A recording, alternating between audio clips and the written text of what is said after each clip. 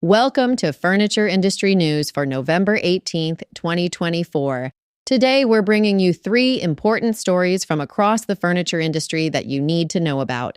We'll dive into the latest import and export numbers showing some promising trends for the first half of 2024, explore what mattress manufacturers are saying about the industry's recovery timeline, and cover a major retail expansion as Royal Furniture moves into new markets. The furniture import and export landscape is showing encouraging signs of recovery in the first half of 2024. Imports have reached $12.6 billion, marking a 5% increase compared to the same period last year. While this is positive news, it's worth noting that we're still about 26% below the import levels we saw in the first half of 2022, when imports totaled $17.1 billion. Vietnam continues to maintain its position as the leading furniture source for the U.S. market, shipping $4.4 billion worth of furniture in the first half of 2024, up 19% from last year. This represents about 35% of total imports. China holds the second position with $3.2 billion in imports, making up roughly 26% of the market share, with a modest 2% growth. On the export side, U.S. furniture manufacturers have seen their international sales grow by 10%, reaching more than $1.2 billion. Canada remains our largest trading partner, with exports up 12% to $782 million. Mexico follows as our second largest export market at $92 million.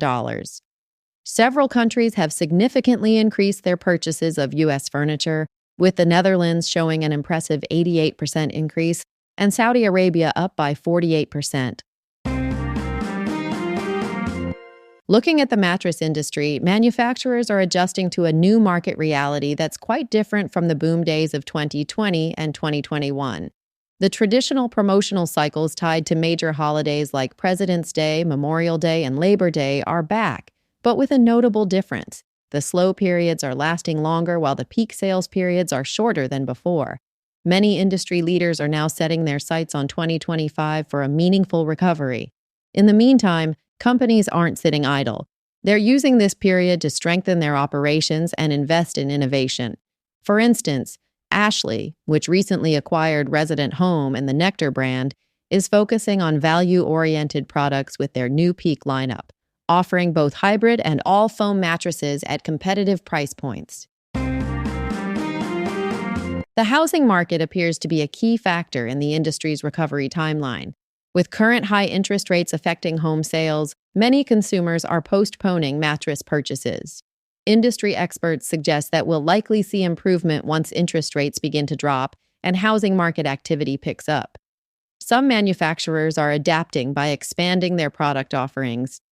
Lilly USA, for example, is encouraging retailers to focus on complete sleep systems, including power bases, protectors, pillows, and bedding accessories. This strategy aims to maximize sales opportunities during periods of lower store traffic. While opinions vary on the exact timing of the recovery, with some optimistically pointing to the second quarter of 2025 and others looking as far as 2026, the industry consensus is clear. Success will come to those who use this period to innovate and prepare for the eventual market rebound. In significant retail news, Royal Furniture has made a major expansion move by acquiring 14 former Badcock Home Furniture stores throughout Tennessee and Alabama. These stores, which were previously part of going out of business sales, will now continue operating under the Royal Furniture banner through new licensing agreements. The expansion includes locations in several key markets across both states. In Tennessee, the stores are located in McMinnville, Cookeville, Columbia, Winchester, Tullahoma, and Fayetteville. The Alabama locations include Florence, Decatur, Athens, Gadsden, Oxford, Montgomery, Prattville, and Auburn. This strategic move more than doubles Royal Furniture's previous footprint of 12 stores in the region. What's particularly interesting about this acquisition is Royal Furniture's approach to maintaining continuity. The company plans to keep the existing store staff in place, recognizing the value of their local market experience and customer relationships.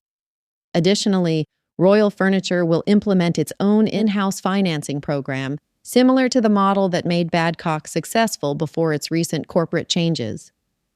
Royal Furniture's president, Michael Faber, has expressed enthusiasm about this expansion, noting that these locations have strong track records of success in their local markets. The company views this as an opportunity to build upon the established legacy of these stores while providing them with new resources and support to ensure their continued success in these communities. That's all for today's episode of Furniture Industry News.